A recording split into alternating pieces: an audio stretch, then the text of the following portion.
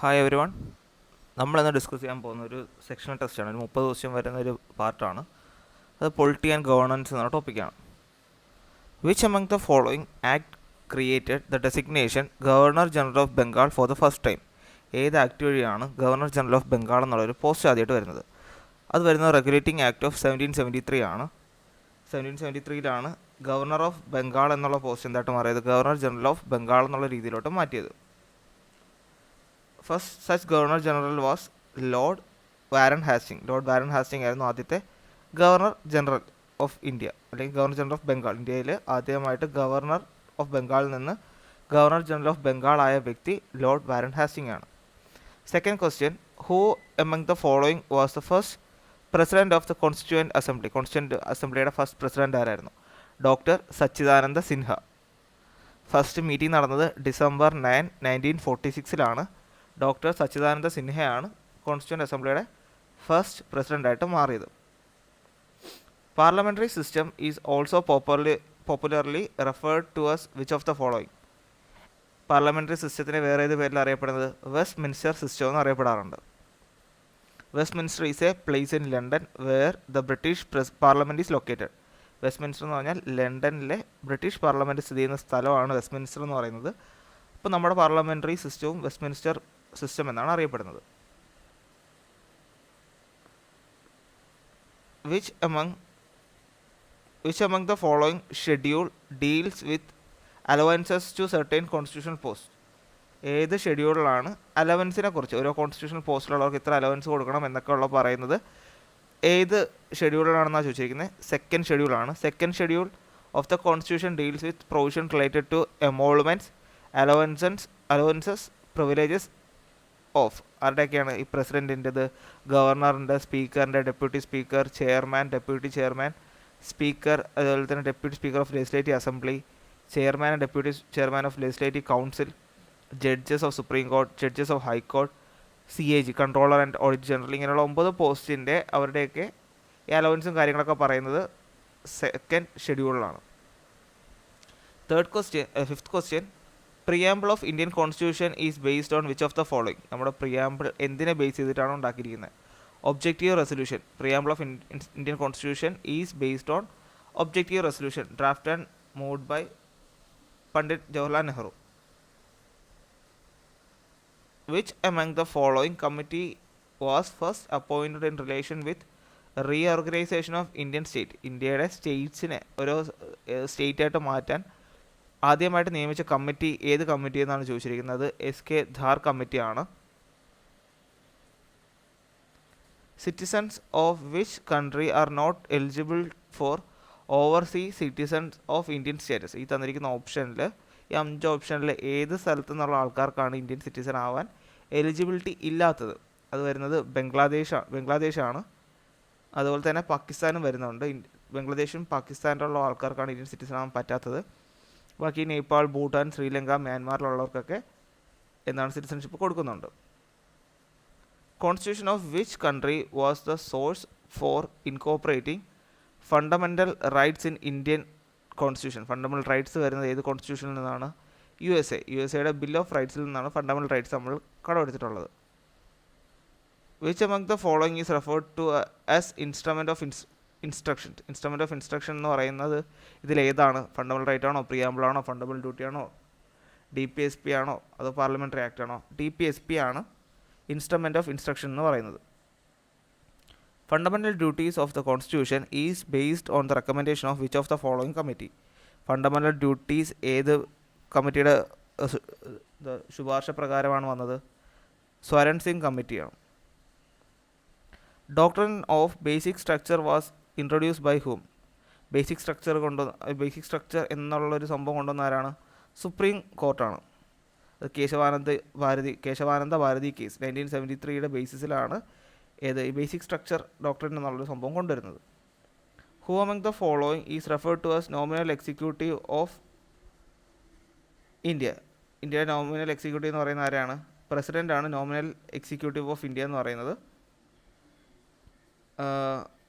President is the nominal executive, അല്ലെങ്കിൽ de jure executive or titular executive, while prime minister is real executive അല്ലെങ്കിൽ de facto executive. Prime മിനിസ്റ്ററിനെയാണ് de facto executive അല്ലെങ്കിൽ real executive എന്ന് പറയുന്നത്. പ്രസിഡന്റിനെ nominal executive അല്ലെങ്കിൽ ഡിജോർ executive അല്ലെങ്കിൽ ടിറ്റുലർ എക്സിക്യൂട്ടീവ് എന്നാണ് പറയുന്നത്. State legislature can make loss on subject among which among the following list of 7th schedule. 7th ഷെഡ്യൂളിലെ ഏതൊക്കെ ലിസ്റ്റിലുള്ള കാര്യങ്ങൾക്കാണ് സ്റ്റേറ്റ് ലെജിസ്ലേച്ചറിന് നിയമം ഉണ്ടാക്കാൻ പറ്റുന്നത്? ലിസ്റ്റ് 2 ആൻഡ് ലിസ്റ്റ് 3 ആണ് വരുന്നത്. ഓക്കെ, അപ്പോൾ ഇത് ലിസ്റ്റ് 1 എന്ന് പറഞ്ഞാൽ യൂണിയൻ ലിസ്റ്റാണ്, only parliament can make laws. List 2 എന്ന് പറഞ്ഞാൽ only state legislature can make laws. List 3 എന്ന് പറഞ്ഞാൽ കൺകറൻറ്റ് ലിസ്റ്റാണ്, both parliament and state legislature can make laws. അപ്പോൾ നമ്മുടെ പറഞ്ഞുതരാം. 7th ഷെഡ്യൂളിൽ 3 ലിസ്റ്റാണുള്ളത്. യൂണിയൻ ലിസ്റ്റ്, സ്റ്റേറ്റ്, പിന്നെ അതിൽ യൂണിയൻ ലിസ്റ്റാണ്, അതിലുള്ളി parliament can make laws. List 2 എന്ന് പറയുന്നത് only state legislature can make laws. 3rd concurrent ലിസ്റ്റാണ്, അതിൽ പാർലമെൻറ്റിനും സ്റ്റേറ്റിനും ഒരുപോലെ തീരുമാനങ്ങൾ എടുക്കാൻ പറ്റും. അടുത്തത്, who is the chairman of inter state council? Inter state കൗൺസിലിൻ്റെ ചെയർമാൻ വരുന്ന ആരാണ്? പ്രൈം മിനിസ്റ്ററാണ്. Which among the following condition is referred to as state emergency? ഇതിലേതാണ് സ്റ്റേറ്റ് എമർജൻസി എന്ന് പറയുന്നത്? ഫെയിലിയർ ഓഫ് കോൺസ്റ്റിറ്റ്യൂഷണൽ മെഷീനറി, അല്ലെങ്കിൽ ഭരണഘടനാ കാര്യങ്ങളിൽ ഒരു സ്റ്റേറ്റിന് വീഴ്ച സംഭവിക്കുമ്പോൾ ഉണ്ടാവുന്ന ഒരു എമർജൻസിയാണ് സ്റ്റേറ്റ് എമർജൻസി എന്ന് പറയുന്നത്. സ്റ്റേറ്റ് എമർജൻസി പറയുന്നത് ആർട്ടിക്കിൾ 356 അപ്പോഴാണ് ഈ പ്രസിഡന്റ് റൂൾ അല്ലെങ്കിൽ പ്രസിഡന്റിൻ്റെ നേരിട്ടുള്ള ഭരണം വരുന്നത്.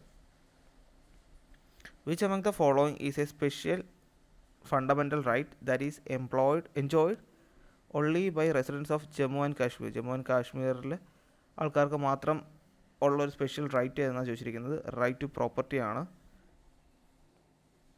At present there are total how many all India services being created? Total നിലവിൽ എത്ര ഓൾ ഇന്ത്യ സർവീസസ് ആണുള്ളത്?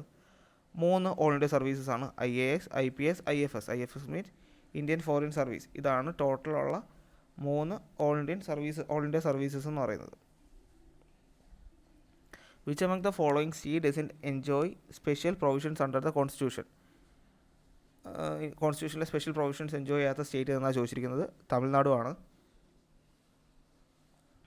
Constitution provides special provisions for Maharashtra, Gujarat, Nagaland, Assam, Manipur, Andhra Pradesh, Sikkim, Mizoram, Arunachal Pradesh, Goa, Karnataka. ഇത്രയും സ്റ്റേറ്റ്സിന് കോൺസ്റ്റിറ്റ്യൂഷനിൽ സ്പെഷ്യൽ പ്രൊവിഷൻസ് ഉണ്ട്. അപ്പോൾ ആ ഒരു ഗ്രൂപ്പിൽ വരാത്ത ഇതിൽ ഒരേ ഒരു സ്റ്റേറ്റാണ് ഇതിലുള്ളത്, തമിഴ്നാടാണ്.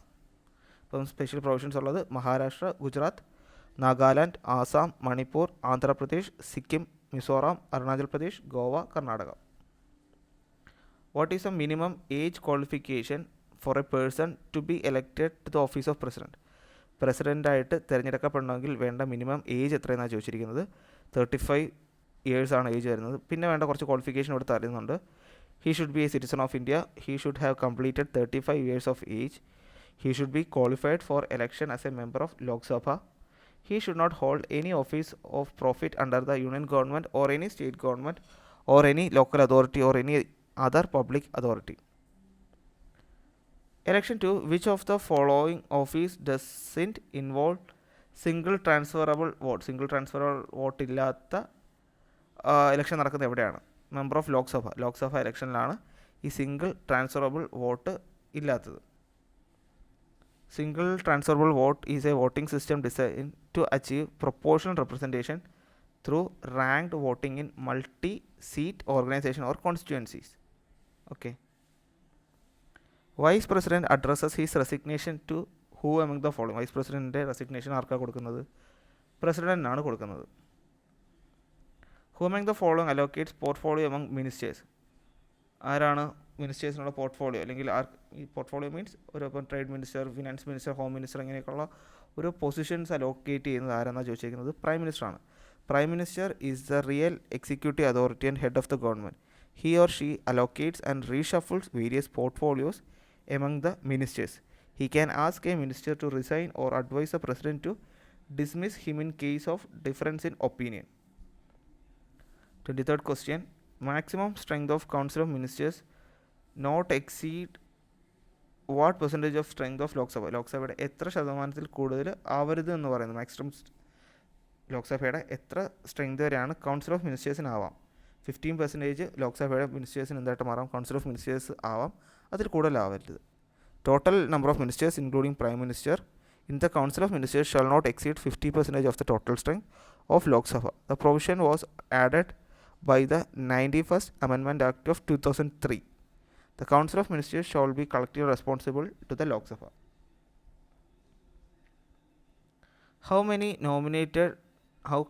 can be nominated to Rajya Sabha? രാജ്യസഭയിൽ എത്ര പേർക്കാണ് നോമിനേറ്റ് ചെയ്യാൻ പറ്റുന്നത്? 12 പേരെയാണ് രാജ്യസഭയിലേക്ക് നോമിനേറ്റ് ചെയ്യാൻ പറ്റുന്നത്. The President nominate 12 members to the Rajya Sabha from people who have special knowledge or special practice in art, literature, science and social service. Okay.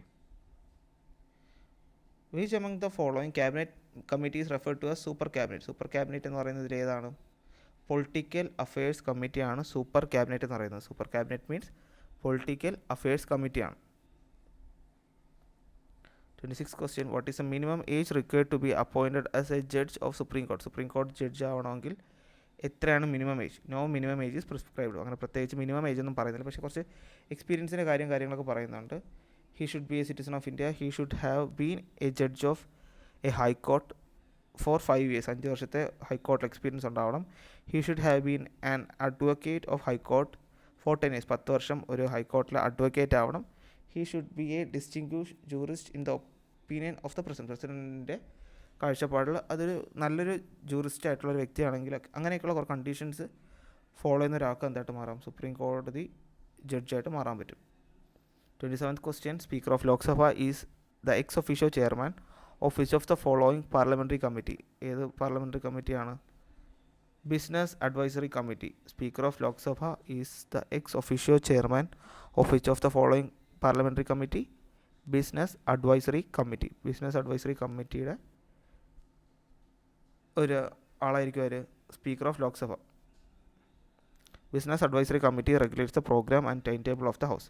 ഈ ബിസിനസ് അഡ്വൈസറി കമ്മിറ്റിയാണ് ഒരു ഹൗസിലെ ലോക്സഭയിലും രാജ്യസഭയിലും അവരുടെ ഈ പറഞ്ഞ പോലെ പ്രോഗ്രാംസ് ആൻഡ് ടൈം ടേബിൾ ചാർട്ടൊക്കെ ചെയ്യുന്നത്. It allocates time for transaction of legislative and other business brought before the house of government. The Lok Sabha committee consists of 15 members including Speaker as its chairman. In the Rajya Sabha it has 11 members including the chairman as its ex officio chairman.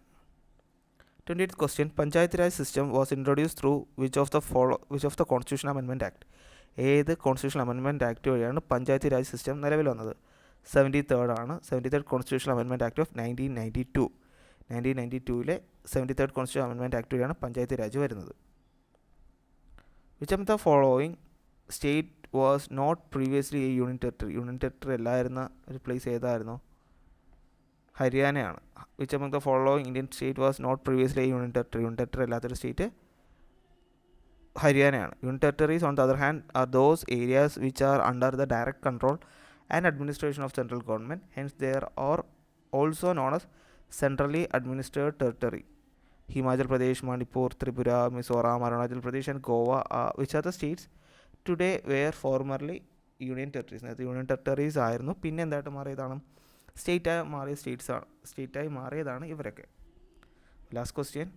Which among the following state is not included in the 5th schedule of the constitution? 5th schedule ഇല്ലാത്തത് തമിഴ്നാടാണ്. നമ്മൾ നേരത്തെ പറഞ്ഞായിരുന്നു കുറച്ച് സ്റ്റേറ്റ്സിൻ്റെത്. അല്ല, നേരത്തെ പറഞ്ഞത് വേറെ ആയിരുന്നല്ലോ, സോറി. അപ്പം ഈ 5th ഷെഡ്യൂൾ ഇല്ലാത്തവരാണ് തമിഴ്നാടാണ്.